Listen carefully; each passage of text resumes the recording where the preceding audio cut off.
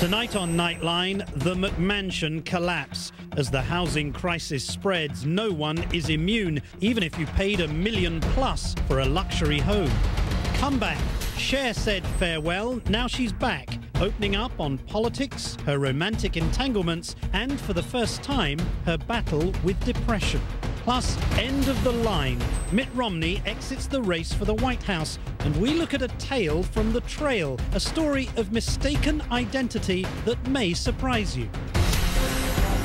From the global resources of ABC News, with Terry Moran, Martin Bashir, and Cynthia McFadden, this is Nightline, February 7, 2008.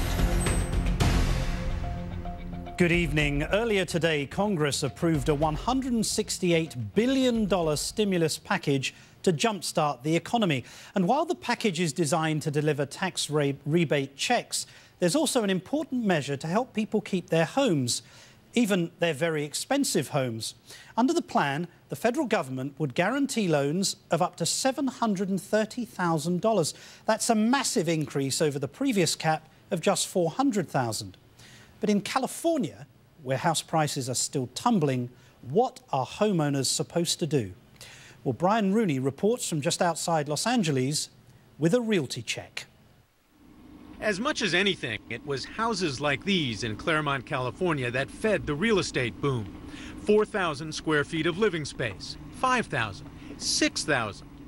They are what's nicknamed McMansions, mass-produced luxury that multiplied in value as real estate rocketed.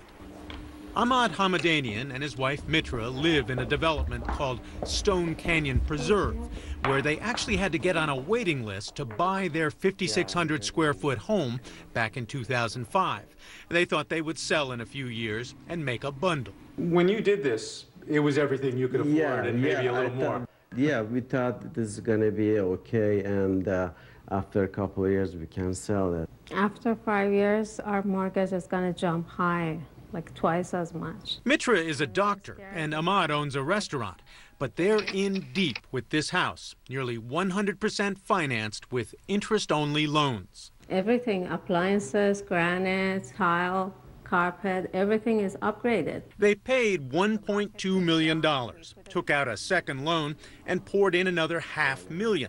Their combined loan payments are $6,500 a month, and they need to get pretty close to their asking price of nearly $2 million to get out even. In 6 months on the market, they haven't had an offer, and their broker doesn't sugarcoat it for them. They have to make some hard choices. They really do. They have to sell at today's market at a price that they're not willing to sell it for, or they have to, ride the storm.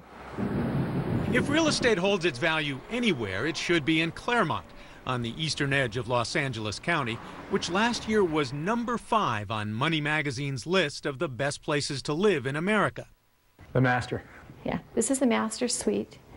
So you have a nice big area, it's obvious, the master suite. It's, they want it to be a room that you can, enjoy, but feel like you're at a 5-star hotel. But it's a complicated market out on these hillsides covered with luxury by the square foot. Even while Mitra and Ahmad offer theirs at top price, Centex Homes, which built the Stone Canyon development, is still selling new houses at lower prices while offering incentives and free upgrades. They declined an interview. And across the street, this house is owned by a bank, likely to sell at a big discount. And this house, also across the street, is what's called a short sale. The owner's in trouble and selling for less than what's owed on the loan. So right here's the living room. Abraham Pratella is a broker who represents about 15 short sales right now, this one a couple of blocks away. And in the kitchen, as you can see, everything here is fully upgraded as far as stainless steel goes. We have the high-end KitchenAid all the way out through the chef's stove. We have 6 offers on the property, but the hardest part is to qualify for a loan nowadays. The rates are phenomenal, but no one at this point can qualify for a rate. This house is a parable of the current market. Occupied by a tenant who went broke in real estate and stopped paying rent, the owner, who bought as an investment with 100% financing, then couldn't pay the mortgage. A price tag still hangs from the chandelier. Originally bought for $1.3 million and appraised only in December for $1.4 million, The house now is listed for sale at $999,000 with dirt for a lawn. And that is likely to hurt prices and sales in the whole neighborhood. What happens is we sell this house for about $1 million now, and now when the guy next door is selling this house for 1.5, it won't comp in at that price. So the home value has to be lowered. Just up the street, Rudy Diaz is trying to sell the 5,300 square foot house he bought in 2005. Originally, I bought the house based on the fact that I don't have a retirement plan. I'm getting to the age where I say, you know, I need to find ways of making my nest egg a little larger. And that was one of the reasons. So you bought this not so much because you needed a big house, but you were looking to ride up the rise in real estate values. Most definitely, yes. He paid $1.27 million and spent another $150,000 on landscaping and upgrades. Now he wants to sell at $1.88 million for a nice profit. His broker is enthusiastic.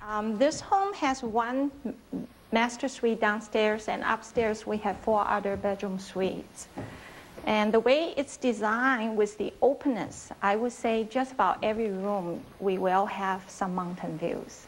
Mountain views and a lot of natural light. Natural lighting coming in. But after 3 months, they have not received a single formal offer either. So you haven't even had an insulting lowball offer? I had some insulting lowball offer verbally, but we declined. She says that because the house is finished, has beautiful landscaping and interior details, it's a good value for the money. But the most recent sales in Stone Canyon have ranged from $288 a square foot to a high of $332 a foot. Rudy Diaz's price is $390 a foot, and lenders tend to look at recent sales without factoring the expensive amenities, like landscaping. I know for a fact the neighbors put about $250,000 in landscaping, and that he won't see if he sells it. Doesn't count for much with the bank? Nothing. Maybe like 2% for the most part. Just grass? Just grass. And possibly the biggest problem for an expensive neighborhood like Stone Canyon is that the buyers are not there because the financing is no longer there. The extravagant loans that once bought these homes are history. Now we have no buyers because there's no opportunities for them to get loans, and therefore the builders are hurting and the resale homes are hurting. The people who qualified for the kinds of loans that bought these houses no longer qualify? Correct. So we have no buyers. So my point is that this is a buyer's market. Take full advantage of it. If you can be a buyer. If you can be a buyer. And almost no buyer in this market is going to offer anything close to list price. You know, if they offer us a couple hundred less, then we lose money. Okay. Yeah. So if we're lucky, get that offer. But usually when we have a buyer, they offer less because they know the market. They know how many houses are in the foreclosure. Their broker thinks it may take 2 or 3 years for this market to return to some kind of normalcy, and that maybe, just maybe, when it's over, a house will be a home, not an investment. This is Brian Rooney for Nightline in Claremont, California. A sober tale. Our thanks to Brian Rooney.